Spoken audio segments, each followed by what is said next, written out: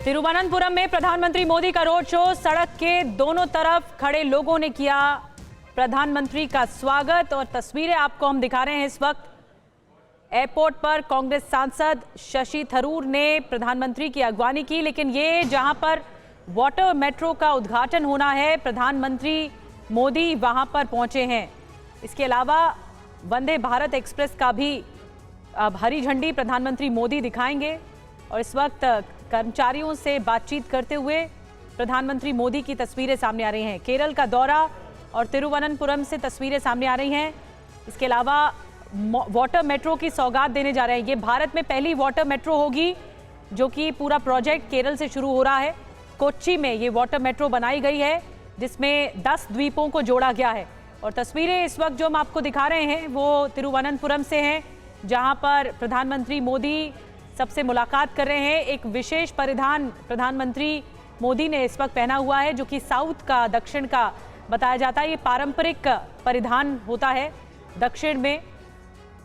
और प्रधानमंत्री मोदी की तस्वीरें तिरुवनंतपुरम से सामने आ रही हैं।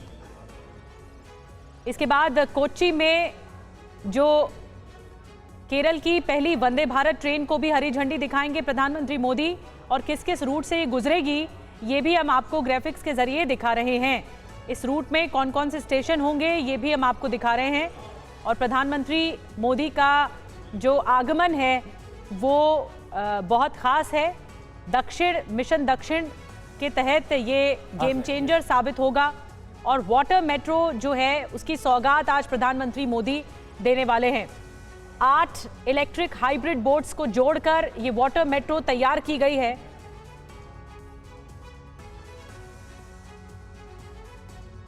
देखिए, प्रधानमंत्री नरेंद्र मोदी की ये तस्वीरें इस वक्त बड़ी खास केरल के तिरुवनंतपुरम से ये तस्वीरें आप देख रहे हैं। किस तरह से बच्चों से बातचीत करते हुए प्रधानमंत्री मोदी नजर आ रहे हैं। और इससे पहले हमने देखा तिरुवनंतपुरम के एयरपोर्ट पर जब प्रधानमंत्री नरेंद्र मोदी पहुंचे तो तिरुवनंतपुरम के कांग्रेस सांसद शशि थरूर ने उनकी अगवानी की और ये तस्वीरें बड़ी खास थी। मैं चाहूंगा कि वो तस्वीरें भी अगर हैं तो वो भी एक तरफ दिखा दिया जाए। हमारे साथ हर्षवर्धन त्रिपाठी जी इस वक्त मौजूद हैं, वरिष्ठ पत्रकार। हर्षवर्धन जी, किस तरह से इस डेवलपमेंट को देखते हैं? आज जब हम ये तस्वीरें दिखा रहे थे तो अचानक से वो तस्वीर फ्लैश हुई जिसमें शशि थरूर एयरपोर्ट पर पहुंचकर पीएम मोदी का स्वागत करते नजर आए। ये तस्वीर क्या कहानी कह रही है? ये देखिए, यही है वो तस्वीर। शशि थरूर एक ऐसे नेता के तौर पर अपनी छवि बनाते हैं जो कहें कि इशू बेस्ड वो अपने बयान रखते हैं, अपने एक्शंस रखते हैं। लेकिन आज की ये तस्वीर थोड़ा अलग हो जाती है। कर्नाटक में चुनाव चल रहा है। कर्नाटक में अभी पूर्व मुख्यमंत्री जगदीश शेट्टार भाजपा छोड़कर कांग्रेस में गए और राहुल गांधी की अगवानी उन्होंने हुबली में की। अब यहां जब प्रधानमंत्री नरेंद्र मोदी पहुंचते हैं और शशि थरूर उनकी अगवानी कर रहे हैं तो निश्चित तौर पर इसके राजनीतिक निहितार्थ लगाए जाएंगे। शशि थरूर जिस तरह से कांग्रेस अध्यक्ष के चुनाव में पूरा कांग्रेस का गांधी परिवार उनके खिलाफ था, वो एक बड़ी खबर थी। और मुझे लगता है कि चाहे आप इसको सीधे से देखें या घुमा फिरा कर कहें कि कान कैसे पकड़े, लेकिन कान तो शशि थरूर ने पकड़ लिया है। अब कांग्रेस को इसका जवाब देना पड़ेगा। और ये सवाल भी उठेगा त्रिपाठी जी कि क्या शशि थरूर को मोदी पसंद है? क्योंकि ऐसा कोई प्रोटोकॉल तो होता नहीं कि भाई तिरुवनंतपुरम के सांसद हैं, प्रधानमंत्री आ रहे हैं तिरुवनंतपुरम, तो वो अगवानी के लिए पहुंचे ही पहुंचे। देखिए, मोदी को तो देश में हर कोई पसंद कर रहा है, लेकिन थरूर को मोदी पसंद है ये साफ साफ दिखता है। पहले भी कई मौकों पर वो प्रधानमंत्री नरेंद्र मोदी की तारीफ कर चुके हैं। हर्षवर्धन जी, ये थोड़ी जुदा तस्वीरें हैं। ये तस्वीरें इसलिए भी ज्यादा अहम हैं क्योंकि इससे पहले शशि थरूर सरकार की नीतियों की बुराई कर चुके हैं, आलोचना कर चुके हैं, और फिर ये जब गर्मजोशी वाली तस्वीरें आती हैं तो लोगों को थोड़ी हैरान करती हैं। तभी पूछा गया, क्या शशि थरूर को मोदी पसंद है? नहीं, मुझे लगता है कि हैरानी से ज्यादा इसको यूं देखना चाहिए कि शशि थरूर अब अपने राजनीतिक अस्तित्व की तलाश में है। कांग्रेस अध्यक्ष का चुनाव जिस तरह से उनको हराया गया, क्योंकि आमतौर पर ऐसा नहीं होता है ना, अगर आप ये कह रहे हैं कि डेमोक्रेटिक इलेक्शंस हैं और फिर पूरा गांधी परिवार एक के साथ खड़ा दिखे तो फिर ये ठीक नहीं होता। दूसरा, शशि थरूर पहले भी कई मुद्दों पर, डेवलपमेंटल इश्यूज पर पार्टी से अलग लाइन लेते रहे। इस मुद्दे पर उन्होंने कहा कि जो मैंने मांगा वो तुरंत दे दिया गया। जो मेट्रो की बात थी उन्होंने कहा और वो दे दिया गया। इससे पहले वो संसद के मुद्दे पर ऐसा ही एक कहीं विदेश की संसद थी उसका चित्र डाला था, बाद में उन्होंने कहा कि हाँ हमारे यहाँ भी ऐसी संसद क्या हर्षवर्धन, ये बात तो सच है कि कई मौकों पर प्रॉब्लम होगी। मोदी सरकार की वो तारीफ कर चुके हैं, यहां तक कि पर्सनली पीएम मोदी की भी वो तारीफ कर चुके हैं, लेकिन कहीं ना कहीं ये पार्टी को ये जेस्चर एक बताने की भी कोशिश है कि शशि थरूर कई मुद्दों पर कांग्रेस के अपने स्टैंड से अलग भी जा सकते हैं, क्योंकि प्रोटोकॉल नहीं था कि यहां पर एमपी जाएगा ही जाएगा पीएम को रिसीव करने के लिए, अगवानी करने के लिए। नहीं, मुझे लगता है कि यहां इसको इस तरह से भी देखना चाहिए। केरल में भारतीय जनता पार्टी विधानसभा चुनाव के समय से ही कई तरह के प्रयोग कर रही है। उसमें मेट्रो मैन से लेकर आप देखें तो जो पिछले विधानसभा चुनाव के जो प्रत्याशी थे, और अब अगर शशि थरूर से नजदीकी बढ़ रही है, केरल में अगर एक बड़ा चेहरा उनको इस तरह का मिलता है तो ये बड़ी राजनीतिक खबर होगी। हर्षवर्धन जी माफ कीजिएगा, मैं आपको रोक रही हूं, लेकिन जो तस्वीरें आ रही हैं बहुत खूबसूरत तस्वीरें हैं। बच्चों से बातचीत कर रहे हैं, उनकी जो ड्राइंग है प्रधानमंत्री मोदी जो पेंटिंग उन्होंने बनाई है वो देख रहे हैं।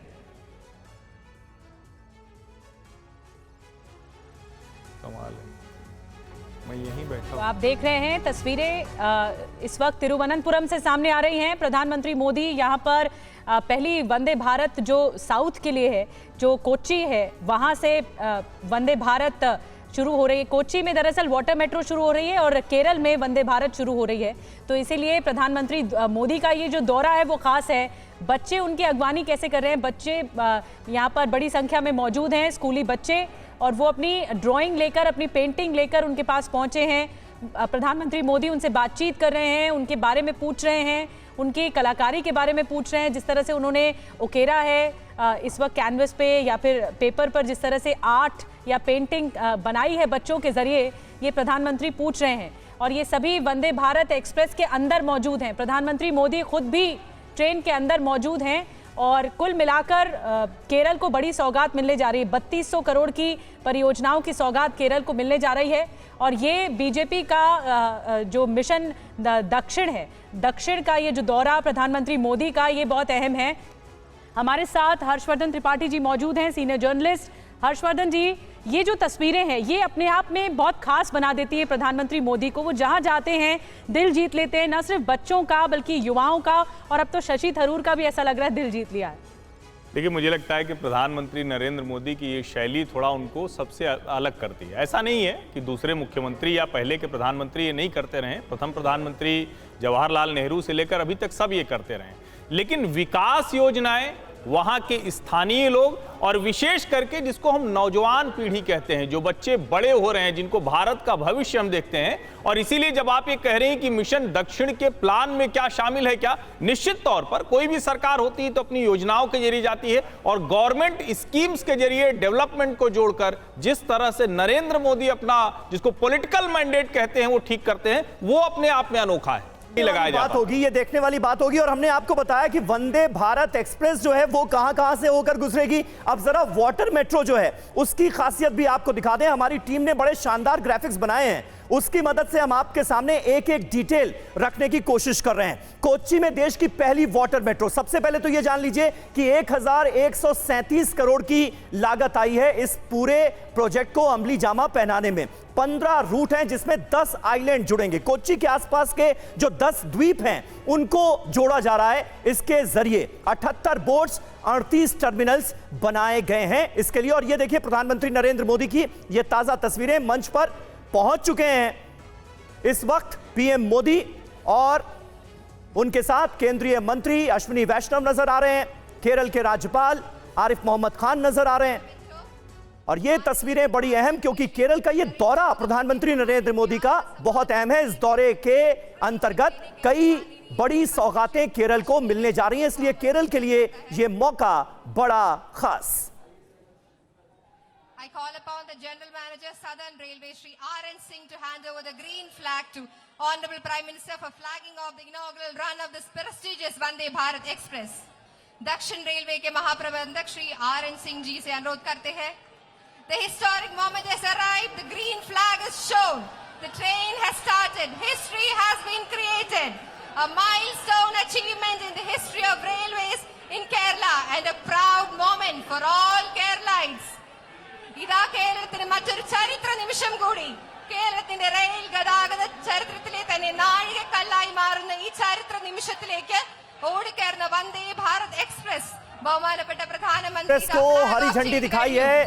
प्रधानमंत्री नरेंद्र मोदी ने हरी झंडी दिखा दी है वंदे भारत एक्सप्रेस को। और आज का दिन केरल में कि आज के वंदे भारत निश्चित तौर पर आने वाले वक्त में भी एक मील का पत्थर साबित होगा, क्योंकि ये पहली वंदे भारत एक्सप्रेस है जिसकी सौगात मिली है केरल को, इसलिए बहुत बड़ा दिन है ये। केरल के डेवलपमेंट के लिहाज से अगर बात की जाए, विकास के पथ पर केरल किस तरह से अग्रसर है, अगर उस लिहाज से बात की जाए तो भी अपने आप में ये सौगात बहुत अहम। और आज केरल को दो बड़ी सौगातें मिलने जा रही हैं। एक ये वंदे भारत एक्सप्रेस जिसको प्रधानमंत्री नरेंद्र मोदी ने हरी झंडी दिखा दी है। किन किन जिलों को ये वंदे भारत एक्सप्रेस केरल के जोड़ेगी ये भी हम आपको दिखा रहे हैं। पूरा रूट जो है वो भी हम आपको दिखाने की कोशिश कर रहे हैं। और दूसरी बड़ी सौगात वाटर मेट्रो की, यानी water metro to Vande Bharat, एक से बढ़कर एक सौगात आज केरल को हासिल हो रही है। each coach is equipped with CCTV cameras. Harshvardhan जी, क्या आप इस हरी झंडी को जो वंदे भारत को इस वक्त पीएम दिखा रहे हैं, इसे सिर्फ डेवलपमेंट के नजरिए से देखा जाए या फिर जो मिशन साउथ की हम बात कर रहे हैं Kerala, उसके नजरिए से भी देखा जाए? 160 kilometers per hour. Thiruvananthapuram Kasaragod मंत्री नरेंद्र मोदी के साथ वहां के राज्यपाल और वहां के मुख्यमंत्री हैं। केरल मूल रूप से कम्युनिस्ट डोमिनेटेड स्टेट रहा है। केरल की जो डेमोग्राफी है वो भारतीय जनता पार्टी की राजनीति के लिहाज से बहुत अनुकूल नहीं रही है, लेकिन पिछले कुछ समय में भारतीय जनता पार्टी ने जिस तरह से वहां अपने पांव पसारे हैं या कहें कि अपनी पैठ धीरे धीरे बढ़ाई है, वो एक बहुत बड़ा शोध का विषय है जो खास करके पॉलिटिकल ऑब्जर्वेटर्स हैं उनके लिए। उसमें प्रधानमंत्री नरेंद्र मोदी पहले मेट्रो मैन का चयन करते हैं और आज देखिए अभी हम लोग बात कर रहे हैं कि पहली वंदे भारत है। देश को मेट्रो देने वाले ई श्रीधरन को भारतीय जनता पार्टी अपना चेहरा बना देती है।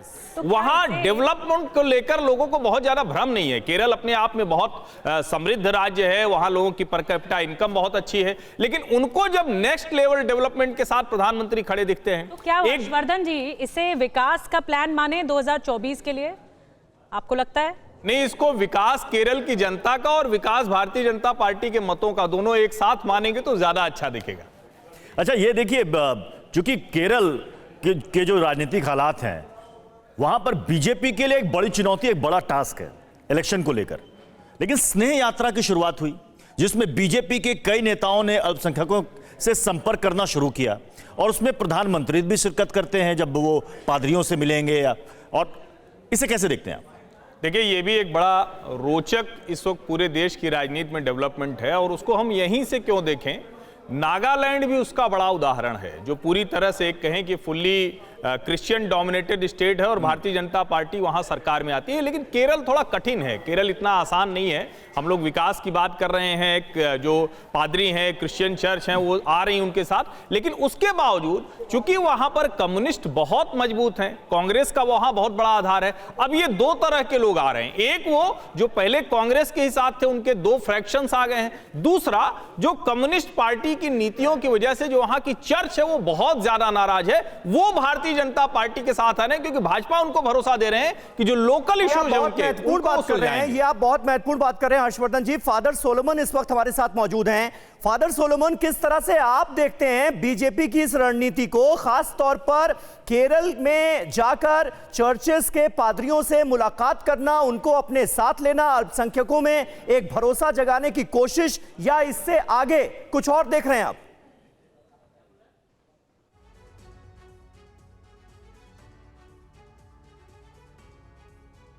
फादर सोलोमन, आपको मेरी आवाज मिल रही है क्या? हेलो फादर सोलोमन, आपको आवाज मिल रही है? जी, अब मिल रही है, अब मिल रही है। मैं आपसे जानना चाह रहा था, क्योंकि अभी हम लोग स्टूडियो में यही डिस्कशन कर रहे थे कि किस तरह से अल्पसंख्यकों को, माइनॉरिटीज को अपने साथ जोड़ने की कोशिश बीजेपी कर रही है और इसके तहत अलग अलग चर्चेज में जाकर पादरियों से मुलाकात करने का भी कार्यक्रम रखा गया है। पीएम मोदी भी केरल दौरे के दौरान पादरियों से मुलाकात करने वाले हैं। इसे अल्पसंख्यकों में बीजेपी के प्रति भरोसा जगाने की कोशिश, या इससे कहीं कुछ ज्यादा आप देखते हैं? जी, ये बिल्कुल ये अच्छी कोशिश है। हाँ। और कम्युनिटी स्वागत करती है, लेकिन अगर हम केरल की बात कर रहे हैं जी, और अभी डिस्कशन में आया कि ये कम्युनिस्ट डोमिनेटेड स्टेट है, दूसरी चीज यहाँ पर लिटरेसी बहुत हाई है, तो वोटर को इन्फ्लुएंस करना इतना आसान नहीं है। दूसरी चीज है कि हिंदुत्व राष्ट्र और एक क्रिश्चियन स्टेट, सो ये सब चीजें 2024 तक इंतजार करना होगा। फादर सोलोमन, आप क्या मानते हैं फिर क्या मुद्दे होते हैं दक्षिण में? आप कह रहे हैं लिटरेसी रेट जो है वो हाई है और लोगों को इतना इम्प्रेस करना या इतना कन्विंस करना इजी नहीं है, तो लोग कैसे कन्विंस होते हैं? क्या विकास का पैमाने पे इसी पैरामीटर पर कन्विंस होते हैं या फिर मुद्दे कुछ और हैं? वहां पर जो मेरी रीडिंग है, केरल से बहुत लोग इधर नॉर्थ की तरफ आ रहे हैं, वहां एम्प्लॉयमेंट की कमी है, पढ़ तो गए हैं लोग, ट्रेनिंग है, सब कुछ है, या तो दुबई जाते हैं और या फिर नॉर्थ में आते हैं। तो केरल स्टेट के अंदर अगर मैं अभी गया था कुछ देर पहले, तो हर घर के अंदर ताला लगा, बड़े बड़े घर हैं, लेकिन वहां पर कोई जॉब अपॉर्चुनिटीज नहीं है। और अगर ये चीजें इसका जवाब सरकार देती है, तो मुझे नहीं लगता कि किसी वोटर को किसी इंडिविजुअल से कोई ज्यादा इमोशनल अटैचमेंट होगा नहीं, उनको तो उनकी जो बिल्कुल ठीक बात है। लेकिन हर्षवर्धन त्रिपाठी जी, जब इस तरह से डायरेक्ट राब्ता कायम करने की कोशिश की जाती है तो उसका असर तो पड़ता है राजनीतिक तौर पर भी, अगर हम बात करें तो। नहीं, निश्चित तौर पर पड़ता है, और जिसको हम कहते हैं ना पर्सनल कनेक्ट, ये सबसे बड़ी चीज होती है ह्यूमन के लिहाज से। अगर हम देखें तो पर्सनल कनेक्ट ही सबसे बड़ी चीज होती है। एक बात जो फादर सोलोमन कह रहे हैं मैं उसमें जोड़ता हूं जी। पिछले 30 वर्षों में केरल में कोई नया उद्योग नहीं लगा है।